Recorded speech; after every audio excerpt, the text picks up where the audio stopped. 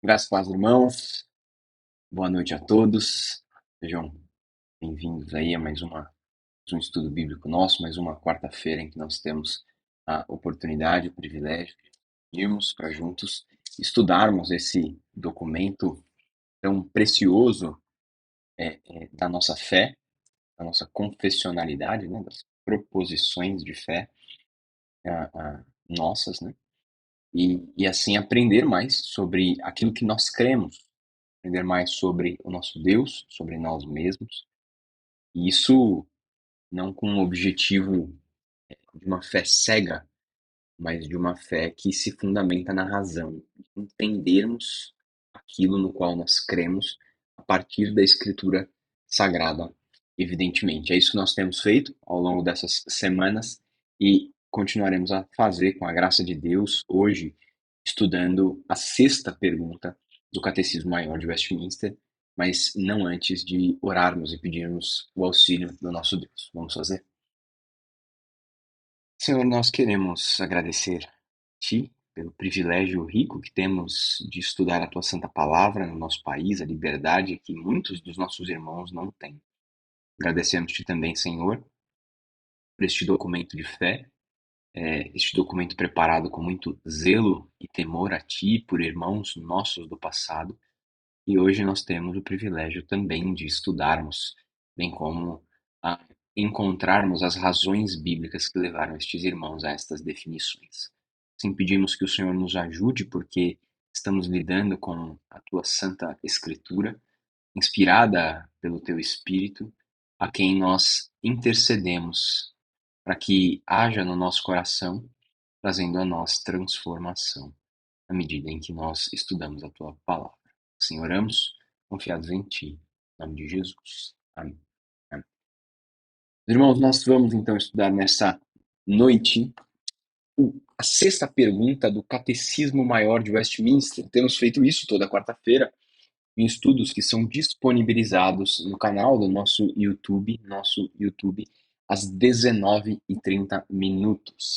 Assim, então, hoje nos cabe a pergunta de número 6, que questiona: o que as Escrituras revelam acerca de Deus? O que as Escrituras revelam acerca de Deus? E aqui a resposta: as Escrituras revelam quem Deus é, quantas pessoas há na divindade, os seus decretos e como Deus executa estes seus decretos. Na semana passada, nós, na quinta pergunta do catecismo, nós vimos a divisão dupla que nós seguiríamos ao longo do estudo desse catecismo. O que nós cremos acerca de Deus e o que nós e o dever que Deus requer de nós. Esse é o ensino macro da Escritura, mas agora o catecismo maior nos afunila especificamente para aquilo que nós cremos acerca de Deus, especificamente acerca do Senhor.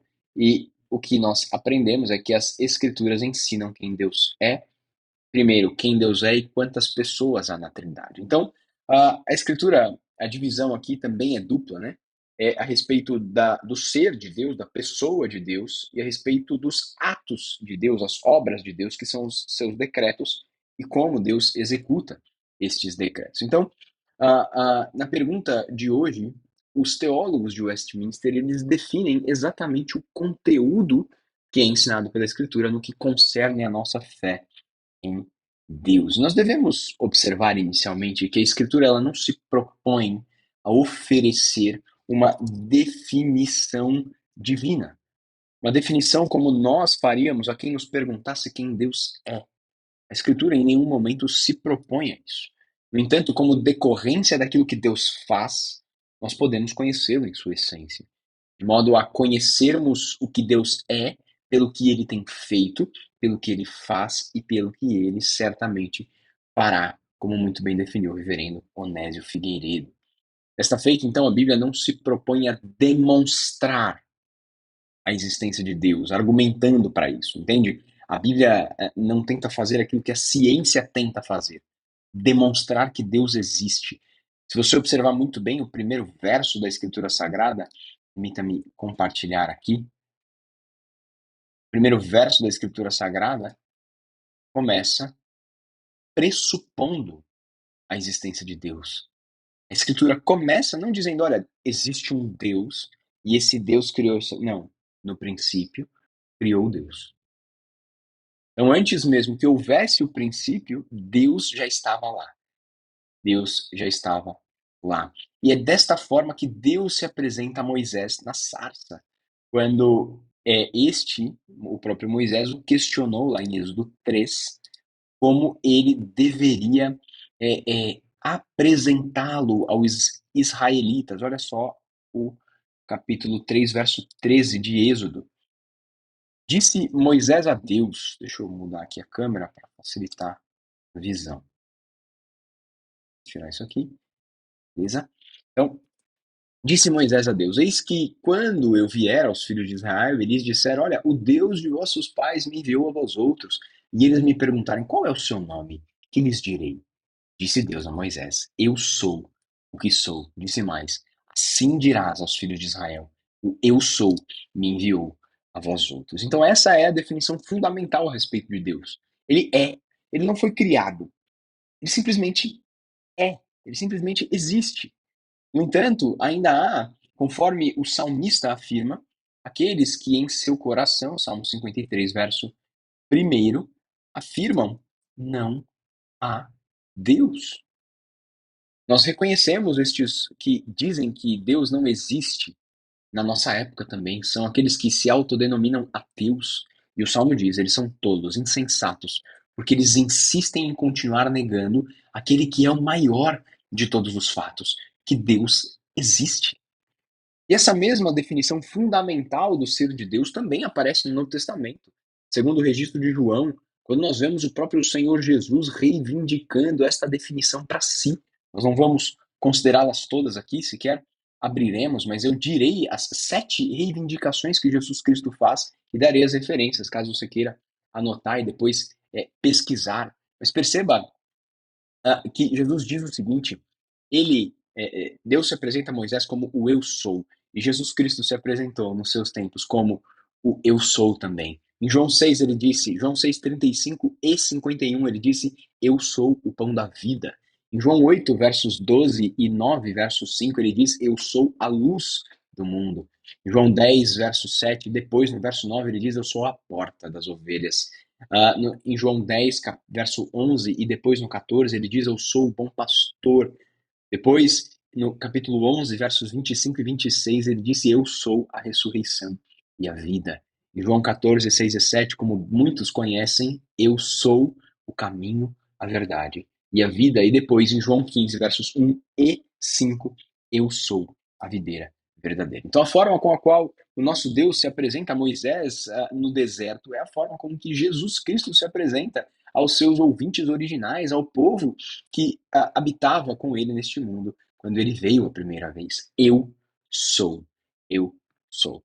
Além do mais, a definição essencial a respeito de Deus decorre dos nomes, né? Do nome com o qual ele se apresenta a Moisés, como nós vimos, o eu sou, que na língua em que Moisés escreve é o Yahvé, o tetragrama, as 4 letras, YH, WIH, né? Num nome que caracteriza aqui a imutabilidade de Deus. Mas além deste nome, né, que nós encontramos ali no capítulo 3, verso 13, do livro de Êxodo, o livro do Êxodo, nós encontramos outros nomes, né? A Escritura também se refere a Deus por outros nomes que também caracterizam o seu ser. Por exemplo, El, ou Elohim, né? Ou El e Elohim, que são nomes que destacam Deus como sendo poderoso, levando aqueles que o conhecem por este nome ao temor a ele. Nós temos outro nome, o Elion, que destaca a majestade de Deus. Outro, o Adonai, que pressupõe o senhorio de Cristo sobre tudo, de Deus, né? De Cristo também, mas de Deus sobre tudo e todos. O seu governo absoluto neste universo. Outros nomes, o Shaddai e também o El Shaddai, né, a junção de 2 nomes de Deus, que é o nome que indica que Deus possui todo o poder no céu e na terra, mas que diferente daqueles primeiros, do Elohim, por exemplo, como um teólogo sugere, é que a intenção de Shaddai é apresentar o Todo-Poderoso como uma fonte de bem-aventurança e de consolação. Deus também, como nós sabemos, se apresenta como o Yahvé. Este é o principal nome, aquele pelo qual Deus se revelou primeiro ali a Moisés e aos israelitas. E até por isso tinha um receio terrível do povo em utilizar este nome. Eles sempre substituíam esse tetragrama, nessas quatro letras, YHWH, por outro nome de Deus, como Elohim ou Adonai, né? Por isso que nós não conhecemos a real pronúncia desta palavra. Nós não sabemos se é Yahvé, como eu mencionei, como eu normalmente uso, ou se é Jeová, como nós encontramos em outras ocasiões, ou então Ieoa, né, como naquela música do Ademar de Campos. Em muitas ocasiões, né, é, é, é, é, aliás, em muitas não, em todas as ocasiões, o povo judeu é, trocava esse nome com medo de quebrar o mandamento, de tomar o nome de Deus em vão, o terceiro mandamento. Além do mais, em muitas ocasiões, a este nome próprio Yahvé se acrescentava um adjetivo, tsebaot, na língua hebraica, que é se tornando literalmente Senhor dos Exércitos, é o nome exato, destacando o Deus que é poderoso nas batalhas. Então, Deus no Antigo Testamento é apresentado por muitos nomes que revelam o seu caráter. Né? O nome com o qual ele se apresenta a Moisés, Yahvé, né? O Eu Sou, também é muito característico para que nós nos lembremos da aliança, da própria fidelidade de Deus no seu amor pactual para com o seu povo. E no Novo Testamento, Deus também é chamado de alguns nomes, são três especificamente: Theos, que quer dizer Deus, literalmente; Kyrios, que quer dizer Senhor; e também Pater, que quer dizer Pai. Todos os três nomes revelando aí perspectivas diferentes do caráter e da atuação de Deus. Deus é o nosso Deus, Deus é o nosso Senhor e Deus é também o nosso Pai amado. Deus também, meus irmãos, é definido, segundo a Escritura Sagrada, por seus atributos, tanto os comunicáveis como os incomunicáveis. Nós falamos um pouco disso na semana passada e falaremos mais ainda na semana que vem. Mas observe, por exemplo, a percepção de Moisés do caráter de Deus. Olha só lá em Êxodo 34, verso é, é, é, é, 6 e 7, é isso mesmo. Deixa eu só confirmar se é isso mesmo. É isso mesmo. Verso 6 e 7. E passando o Senhor por diante dele, clamou, Moisés clamou: Senhor, Senhor, Deus compassivo, clemente e longânimo, e grande em misericórdia e fidelidade, que guarda a misericórdia em 1000 gerações, que perdoa a iniquidade, a transgressão e o pecado, ainda que não inocente o culpado, visita a iniquidade dos pais nos filhos e nos filhos dos filhos, até a terceira e quarta geração. Perceba quantas características essenciais de Deus Moisés não nos traz aqui.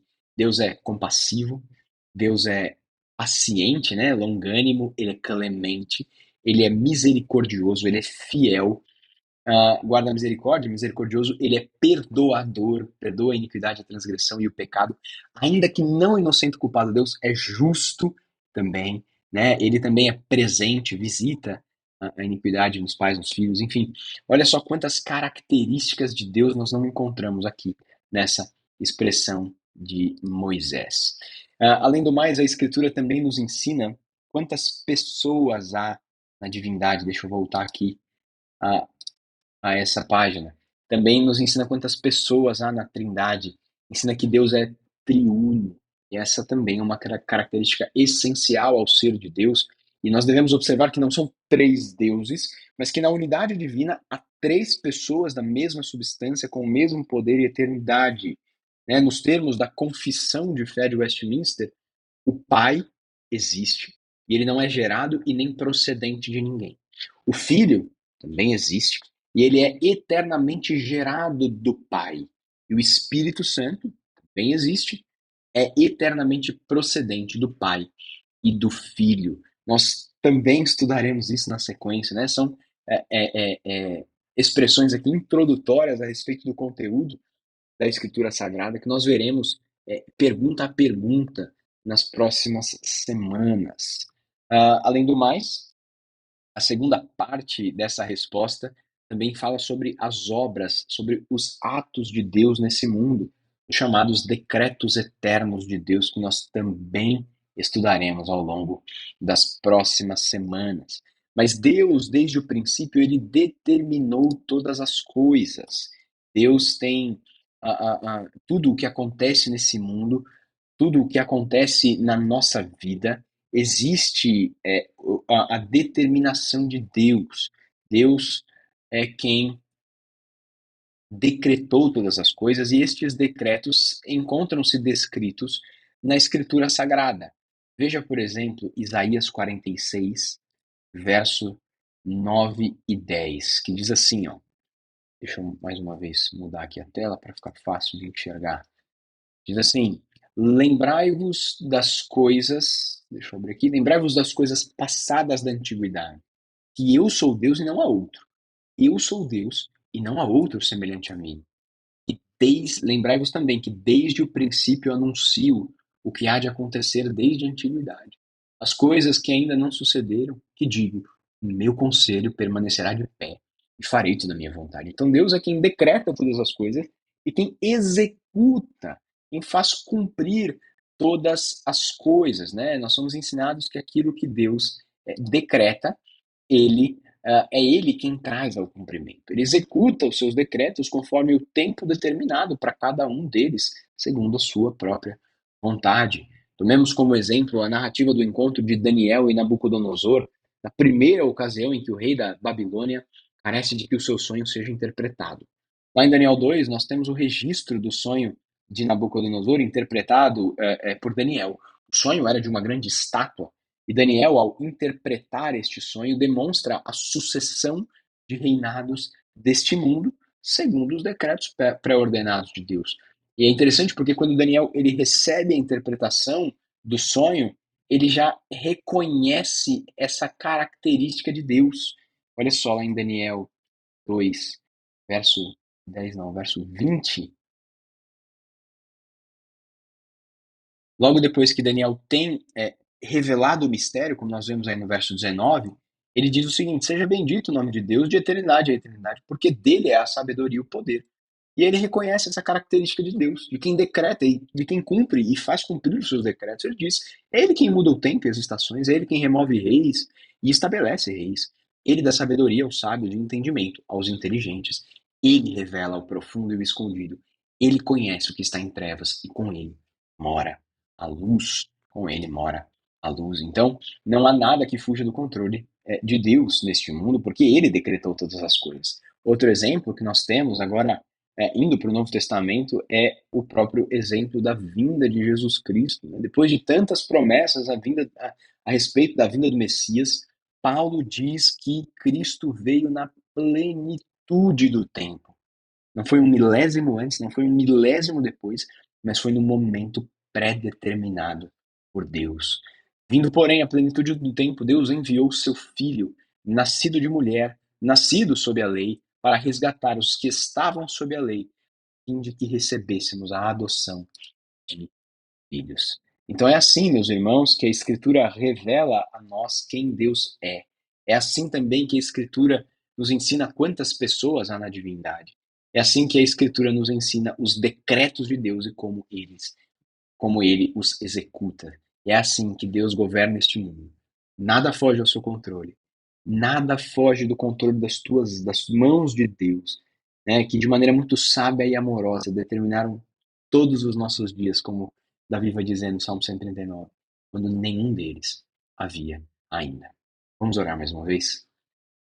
Agradecemos-te, Senhor, pela tua palavra, porque nós podemos aprender a respeito dela, aprender com estes irmãos nossos do passado que assim a sistematizaram para nós. Te louvamos, Pai, por podermos reconhecer na Escritura Sagrada, a partir da iluminação do Teu Espírito, quem o Senhor é. E assim podermos também aprender a respeito da Tua sabedoria e soberania em decretar e fazer cumprir todas as coisas, Pai. Uma valiosa lição para nós, que muitas vezes questionamos e tememos ante as circunstâncias deste mundo, para que nós então possamos descansar reconhecendo que nada foge do controle das tuas mãos. O Senhor é o governante absoluto. O Senhor é o El Elyon, aquele que detém no controle das mãos o governo e tem o poder para realizar todas as coisas segundo a tua vontade. Assim oramos, em nome de Jesus, nosso Salvador. Amém. Amém. Os irmãos, que Deus assim os abençoe. Vou voltar aqui. Deus assim os abençoe. Se lembrem, não se esqueçam aí dos nossos compromissos do fim de semana. Essa é uma semana que antecede culto da ressurreição.